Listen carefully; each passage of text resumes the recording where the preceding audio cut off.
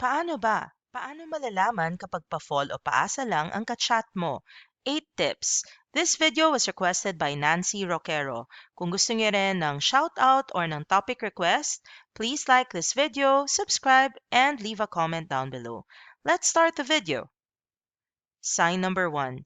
Sobrang sweet niya sa'yo pero hindi naman malinaw kung ano ba talaga kayo o kung ano ang pakay niya sa'yo. Malalaman mo na pinapaasa ka lang niya kung sobrang sweet niya pero hindi naman siya gumagawa ng paraan para i-express o patunayan sa'yo na gusto ka rin niya. Dahil kung gusto ka ng isang tao, hindi lamang niya sasabihin ito sa'yo.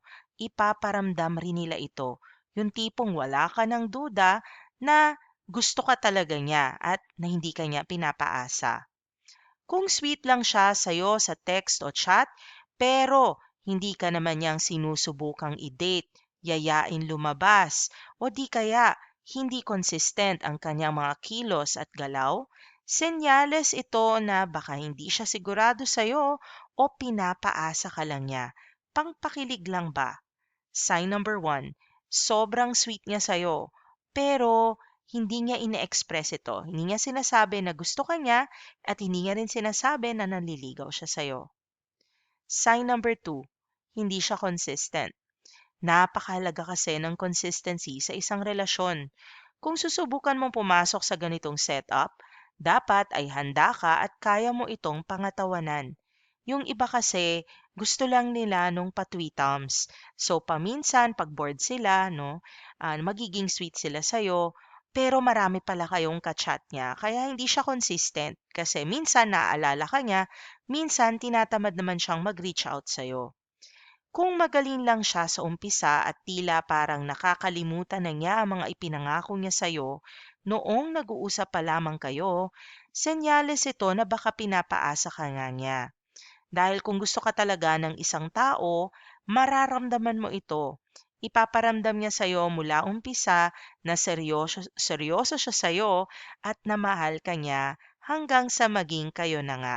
Lalong-lalo na kung nasa ligawan stage pa lang tas hindi na siya consistent sa'yo, matakot at kabahan ka na. Sign number 3, ayaw niyang malaman ng iba kung anong meron kayo. Kung pilit niyang itinatago kung anong meron kayong dalawa, malamang ay hindi pa siya handa sa'yo, hindi siya seryoso o pinapaasa ka lang niya. Na sa tuwing aayain mo siyang lumabas ay lagi siyang tumatanggi sa mga matataong lugar. Mas gusto niya na kayo lamang dalawa. Ayaw niya rin ang konsepto ng pagpo-post ng inyong picture ng magkasama sa social media accounts ninyong dalawa. Ayaw niya nang fineflex mo siya. Gusto niya na manatili siyang single sa paningin ng mga tao, ni hindi kanya pinapakilala sa mga kaibigan niya o sa mga taong mahalaga sa kanya. Posibleng senyales ito na playboy o playgirl lang ang kachat mo o ang kausap mo at posible nga na may iba pa siyang karelasyon at ikaw ang side chick o ikaw naman ang boy on the side niya.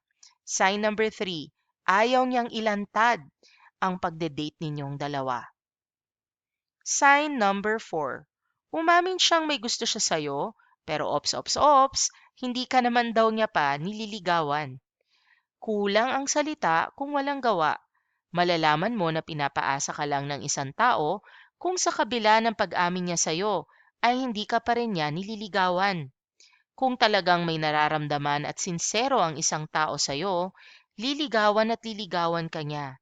At kung babae ito, sasagutin ka niya agad. Gagawa siya ng paraan para magkatuluyan kayong dalawa. Kasi habang nagpapakipot siya o di kaya ay habang naglalaro-laro siya, baka may mahanap kang iba. Kaya kung hindi siya natatakot na mawala ka talaga ng tuluyan sa kanya, posibleng naglalaro lang siya.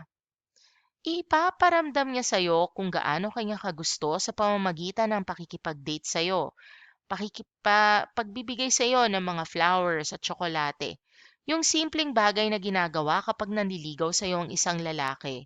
At kung babae naman, hindi na siya magde-date ng ibang tao kung talagang gusto ka niya at sasagutin ka na niya. At kung pinatatagal niya pa ito, posibleng hindi naman talaga siya naaakit sa'yo. Sign number 5, nahulog ka na sa kanya pero hindi ka naman pala niya sasaluhin. Ito talaga yung masaklap kasi minsan papakilig-kiligin ka tapos pag nahulog ka na, biglang sila ang pepreno.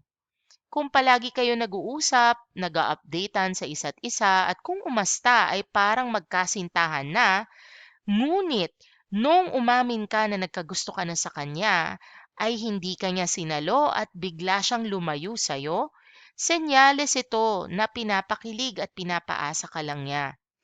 Dahil kung talagang may gusto siya sa'yo at nahulog na rin ang loob niya sa'yo, lalagyan na niya ng label ang inyong relasyon. Papanindigan ka niya at ang inyong relasyon.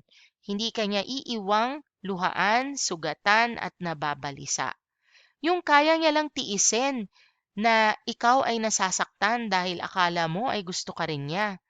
Yun lang ay red flag already na wala siya masyadong pakialam sa nararamdaman mo. Naglalaro lang siya. Sign 5, nahulog ka na pero hindi ka naman sinalo. Sign 6, hindi mo nararamdaman na espesyal ka sa kanya. Kapag mahal ka ng isang tao, mararamdaman at mararamdaman mo sa paraan ng pakikipag-usap at pakikitungo niya sa'yo. Maging sa simpleng pagtatanong niya sa'yo ng mga bagay-bagay, kunyari kung kumain ka na, nakauwi ka na ba, parang may concern at espesyal sa kanya. Kaya kung hindi mo nararamdamang espesyal ang trato niya sa'yo, kung minsan ay binabaliwala ka lang niya, pinaglalaruan ka lang niya, maaaring pinapaasa ka lang niya.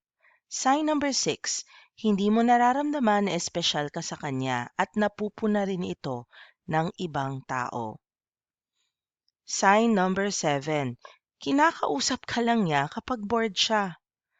Ito na ang isa sa mga malinaw na senyales na pinapaasa ka ng isang tao kapag kinakausap ka lang niya sa tuwing siya ay bored. Kahit gaano ka-busy ang isang tao, gagawa at gagawa yan ng paraan para kausapin ka. Dahil ang totoong nagmamahal, lahat ay kayang gawin para sa'yo. Pag hindi ka rin niya nakakausap, ay namimiss ka nito. Kung kinakausap ka lang niya tuwing bored siya at kung kailan lang siya pwede o available, maaaring tuwing gabi o kaya madaling araw o tuwing weekend, malinaw na pahiwatig ito na hindi ka niya ganun kagusto o pinapaasa ka lang niya. Walang tao na ganun ka-bored kasi maski sa iisang araw, kakain ka rin naman ng lunch, meron ka ring mga recess o break sa isang araw. Pag-uwi mo o bago ka pumasok, meron ka ring downtime.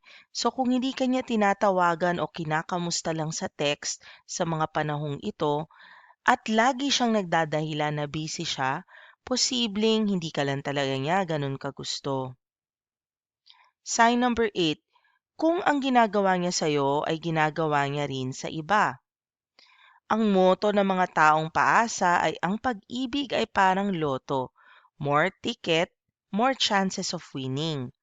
Kung hindi mo nararamdaman na parang kakaiba ang trato niya sa'yo, kagaya ka lamang ng karamihan, malinaw na senyales na ito na pinapaasa ka lang niya.